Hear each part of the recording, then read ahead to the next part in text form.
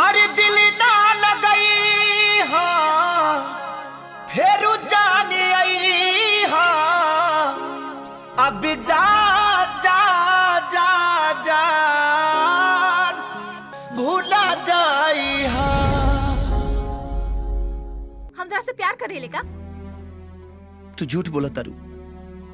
तू प्यार ना करेलू तो हमारे इतना चिंता फिक्र काहे करेलू? देख जोना के तो प्यार समझता रो वो प्यार ना एगो लगाओ बा।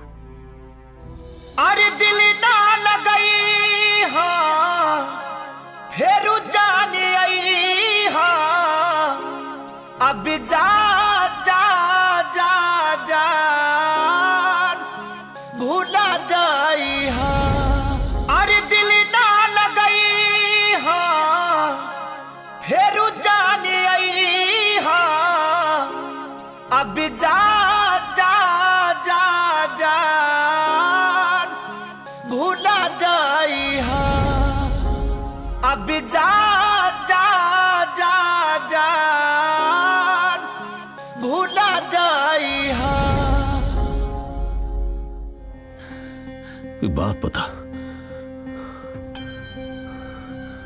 का है तोरे पास? तोर हाइट हमारा हाइट से बहुत ज्यादा है।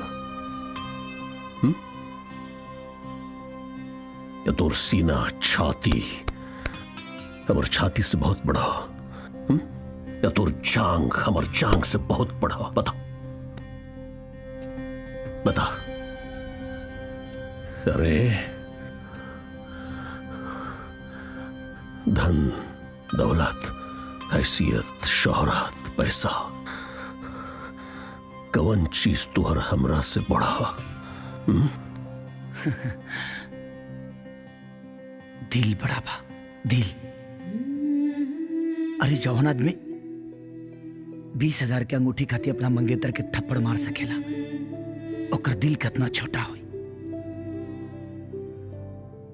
और वही दिल के वजह से तोरा जैसन चट्टान से टकरा गई नहीं। और प्यार करे खाती जांग के मोटा भइल और सीना के चौड़ा भइल जरूरी नहीं है।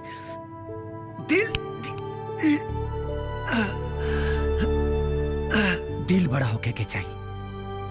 और वही दिल के वजह से मीरा से प्यार करे नहीं। अच्छा,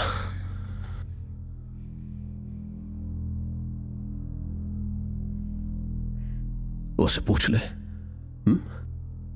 नहीं ना, ओकरा से पूछ ले। पूछ पूछ उसे, पूछना।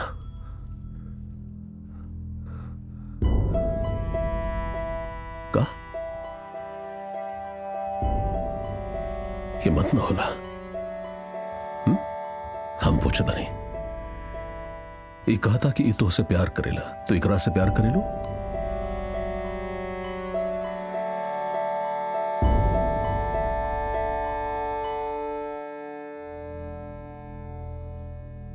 खुश अपने आप के बहुत बड़ा आशिक समझ ले।